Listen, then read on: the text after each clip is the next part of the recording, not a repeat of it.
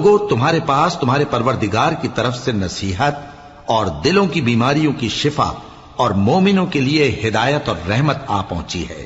کہہ دو کہ یہ کتاب اللہ کے فضل اور اس کی مہربانی سے نازل ہوئی ہے، تو چاہیے کہ لوگ اس سے خوش ہوں، یہ اس سے کہیں بہتر ہے جو وہ جمع کرتے ہیں۔ کہو کہ بھلا دیکھو تو اللہ نے تمہارے لیے جو رزق نازل فرمایا تو تم نے اس میں سے بعض کو حرام ٹھہرایا اور بعض کو حلال۔ ان سے پوچھو کیا اللہ نے تمہیں اس کا حکم دیا ہے یا تم اللہ پر جھوٹ باندھتے ہو؟